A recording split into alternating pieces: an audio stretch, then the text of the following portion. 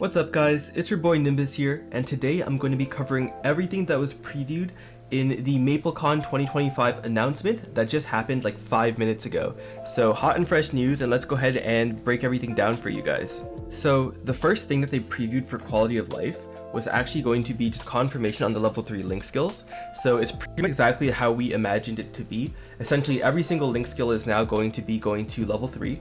So for example, Ho Young, Cadena, Adele, Kinesis, Xenon, all these link skills are going to be going to level 3, and which means we will just be getting a ton of extra damage just for free. So right now with the current event, we do have a bunch of strawberry growth tickets, and just put those on your level 200 mules that need to go to level 3 for link skills, and yeah, just get to it because there's a lot of free damage we are going to be receiving very soon. The next thing that was previewed is the equipment acquisition support. So essentially what they are doing is guaranteeing dawn and pitch accessories for defeating bosses. So defeating certain bosses for one guaranteed accessory fragment drop, collect a certain number of fragments to exchange for an accessory. So this is quite literally the pitch pity system we've been praying for.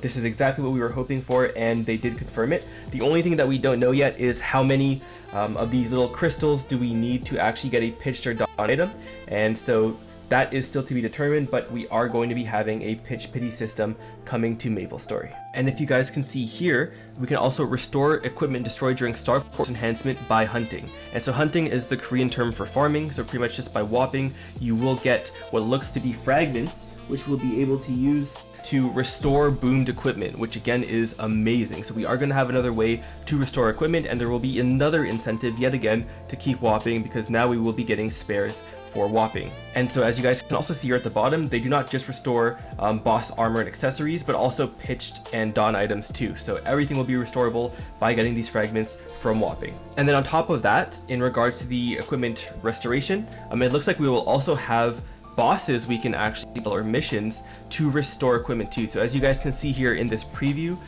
this is a Star Force mission to get points or something like that to restore an item, and as you guys can see here, there's also an extreme mode lucid.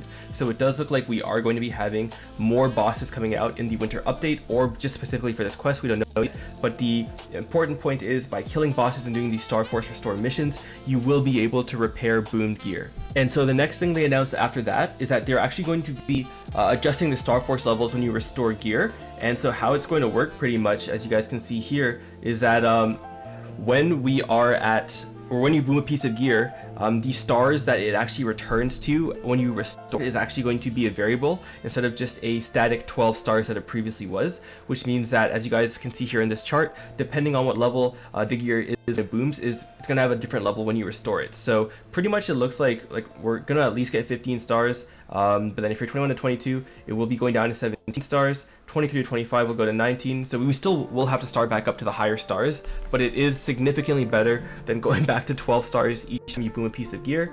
So yeah, this is a very welcome change. Obviously, you know, me being greedy would hope that they were more generous with it, but this is way better than nothing, and I'm glad they did consider this. The next thing they announced here is the equipment growth support. So challenger equipment, they're going to make it pretty much easier to break the challenger set, so that it is easier for you to swap into like actual gear that you start accumulating as you are, you know, getting out of challenger gear. Because the way the system is currently built, you pretty much don't want to switch out of challenger gear till your CRAs are pretty high star and your arcanes are like 18 or 19, which is already kind of risky. Obviously we'll be able to safeguard with the Star Force system, but they're just making it easier so that people can start breaking the challenger set and start working on their permanent gear without feeling so bad about getting out of their challenger gear when they get, like, for example, an arcane piece or a new weapon or something like that. And so the next thing that they announced here is item growth support, where you can rent equipment for a day, right? And so pretty much, if you guys can see what they are showing right here, there's a couple things that are very notable in my opinion. The first thing is going to be a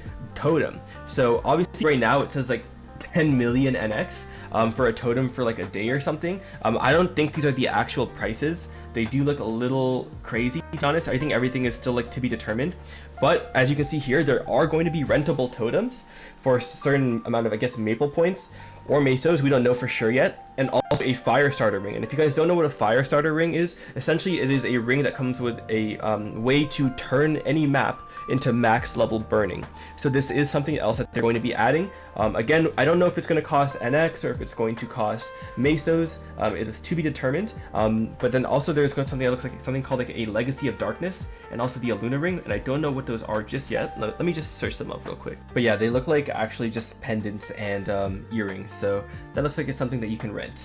And so the next thing they announced is the familiar system improvements. So what they're going to be doing essentially is they're going to be increasing the amount of familiar slots from 100 to 10,000, which is amazing, very welcome change. And as you can see here, there's actually going to be a bag for familiar cards too. So that's something else that we are going to be having. So a bag to hold all your familiars to declutter your inventory, which again is a super welcome change on top of your actual familiar system to be able to hold just 10,000 cards, which again is amazing. And then they go into speak about how they remove some of the less popular potentials and potentials with low performance. So for example, outlying characters in red, it looks like they're going to be getting rid of that. They're also going to be adding potentials that didn't appear in certain ranks. We don't have any information on that at all. And also the improved potential effect descriptions to be more clear, but again, that doesn't really matter as much. But what does seem to be the most important thing is the first line saying that they are getting rid of some of the familiar lines that are kind of useless. And then here's a preview for the UI revamp that they went ahead and showed us. So we are going to be getting a familiar UI, which again is a very welcome change. And so this is a close-up here of the familiar UI. So you guys can get a better look at it. And so the next thing that they announced here is going to be the Soul Eater Daily Quest is going to become a weekly. Hopefully they don't do what they did to Monster Park Extreme, where they made it give you less EXP or less fragments and turn it into 2. We don't know about that yet, but yeah, we are going to be getting the Soul Eater Daily turned into a weekly. So hopefully it gives us the same, if not more fragments, and hopefully it's not a overall nerf. And then also you'll be getting a Sacred Power buff when you first enter Cernium as a character. And then so also in regards to multiple character growth support, they were also making it so that in heroic worlds, so like in Reboot, Absolab and Arcane boxes are going to be tradable between your characters in the same world, which is, my god, this is like the change we have been waiting for, guys. This is actually the change we've been praying for. So pretty much all your mules will be able to get into Absols or Arcanes very easily, especially for just like lower tier mules. You will not have to do the dog shit pain in the ass Abs weeklies to get them into Absols. You will be able to just transfer all of your Abso boxes from your main and from any of the other mules that are doing H Lomian and just give them to your mules and get them into Absols without ever having to do the Abso weeklies ever again, which is, in my opinion, amazing. And then so here are some just like additional things that they are adding for convenience. So like, first things first, we are getting the boss reward distribution system in Heroic. So if you guys don't remember, pretty much when we got the summer update, I believe, the boss distribution system was added only to interactive, and this is pretty much just like a way for everyone to roll for drops without having to blink. So I think the way it works is you roll a number between like 0 to 100, and whoever rolls the highest number is completely RNG, gets to drop. So we are finally getting that in Heroic, which means we will not have to blink for loot anymore, which in my opinion is amazing. Also changing hyperstats will no longer cost mesos. You can favorite events. What else? You can purchase multiple Monster Park tickets at once. And then there's also going to be an iframe indicator, and I think there's an auction house change, but that doesn't really mean anything to me. But yeah, we're also going to have an iframe indicator on our HP bar. So another thing that they're going to be doing, just some other miscellaneous improvements, is you'll be able to use Maple Tour or Maple Punch or Maple Tour more easily. Also, you'll be able to use all types of arcane secret symbols in your inventory at once, which is, I don't know what that means exactly, but that sounds nice. And then also you'll be able to increase the amount of bags in your inventory from 5 to 10. And then here again is just a quick summary. So link skill upgrade, equipment acquisition support, adjustment to Star Force boom replacement rates, I guess, or replacement star levels, growth support for swapping out of challenger gear, familiar changes, transferring Abso and Arcane boxes, some system convenience, and some other miscellaneous improvements. And then here they preview Ren, but Ren's been covered. I'm just gonna skip past this stuff. And then so just a quick side note, they did confirm that Ren is going to be able to be hyperburned. So yeah, you don't have to worry, guys. Hyperburn Max and beyond will be able to be done on Ren for the first time. In MapleStory, a new class will be hyperburnable. And so the next thing they start talking about is the start of the familiar system expansion, which, dude, this one was crazy. So let me just like tell you guys quickly. Essentially, what they're saying is that you will be able to send familiars on missions to obtain and acquire items, right? And some of these items can even be pitched items or high value items. So yeah, we can, like, this system will be super important for us to use to progress, because it looks like we will have a chance of getting pitches, not just from killing bosses, not just from the pitch pity, but also from just this new system that they're implementing. So we are getting more avenues to get pitched, and also, like, it's just going to become so much easier to finally get into pitch, right? So here's a little preview of the system. You'll be able to build a deck. All the different familiars will have stats, as you guys can see here. And then, yeah, essentially, the harder the mission you send these familiars out on, the better the rewards will be. And so here they preview some of the items that we will be able to get. And as you guys can see here, it's all pitched items pretty much. We got Mitras, Book, Zerkt, Eye Patch, Dreamy Belt, Source, CFE, and ET, right? So these will all be acquirable from this familiar system. I am praying to God, Inkwell, if you're listening, please do not forget about Ruin Force Shield, please, please, please. But yeah, that's just because I'm a Demon Slayer. And then, so yeah, they also confirmed that we will be getting Ascent skills too, and Ascent skills will be coming on December 17th, 2025. They also confirmed that we will be getting the first adversary coming on January 15th, so it's not coming right at the beginning of the winter update, it's going to be coming early next year.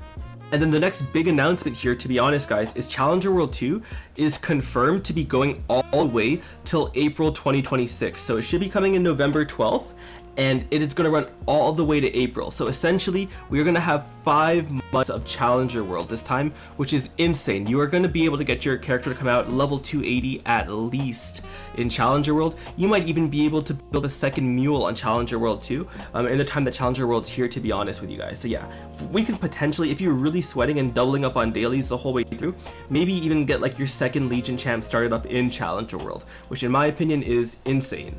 They also announced the next event coming, which is going to be called Twilight Eve. So I don't know much about this event yet. I'll look into it and make a separate video, but this is going to be the main event for the winter update. And then so here are the other things. So we're going to be getting Hyper Burning Max, Hyper Burning Beyond, Item Burning, and the Jumpstart tutorial. And this is the calendar here. So all the way from November 12th, we're going to get the GMS quality of life changes immediately. We're going to get Ren immediately. We're going to get the Twilight Eve event immediately, the Ren level up event immediately, the Challenger World immediately, along with the Hyper Burning. And this is going to go all the way until April. And then as you guys can see here, we're going to be getting Ride or Die, Winter Update Part 2, and Mystic Frontier. And that looks like it's going to be coming on December 17th, along with the Ascent skills. And then in January, we are going to be getting the new boss. And then just one last thing. So starting, I think, on the 27th, all the way to the 16th, we are going to be getting some, I guess, gifts from Inkwell. So another Inkwell gift. And so we're going to be getting a character saw expansion, 20 familiar reroll cards, a mag pot, 10 boosters, and some Solar Urta coupons. And then also this every precious thing box looks like it's just going to be a little reward box, and this will be coming on the winter update patch. And so yeah, also the event is going to be titled Every Little Thing, Every Precious Thing, and this is going to be coming on November 12th, so in about 2 weeks or so from now. So a couple parting thoughts on this event. I do like most things they've done for the event here. The only things that are a little concerning to me are going to be the temporary event stuff, or sorry, rentals. I did see that some of the things there were for Maple points, so I guess it really matters how much they're charging and what they actually are. I would be a little bit upset if totems were locked behind NX in Reboot. I really hope it's not the case, but we'll have to see how they go ahead and adapt it. I am a little hopeful here. I'll give them the benefit of the doubt. The next thing that I'm a little unhappy about is the lack of the Universal Cash Shop. So we are not going to be getting the Universal Cash Shop in MapleStory GMS, at least from what they've announced. So we'll have to see about that. But other than that, everything looks super, super good. I'm really happy with all the changes, the new systems coming out, and yeah, I can't wait to see how everything actually works when they put out the patch notes or the more detailed preview. But yeah, if you guys enjoyed the video, don't forget to like, comment, and subscribe, and don't forget to catch me on my stream. Let me know what you guys think. Let me know if you think GMS forgot about anything important, and yeah, I'll catch you guys in the next video. Bye-bye! Woo! Yeah, baby! That's what I've been waiting for. That's what it's all about. Woo!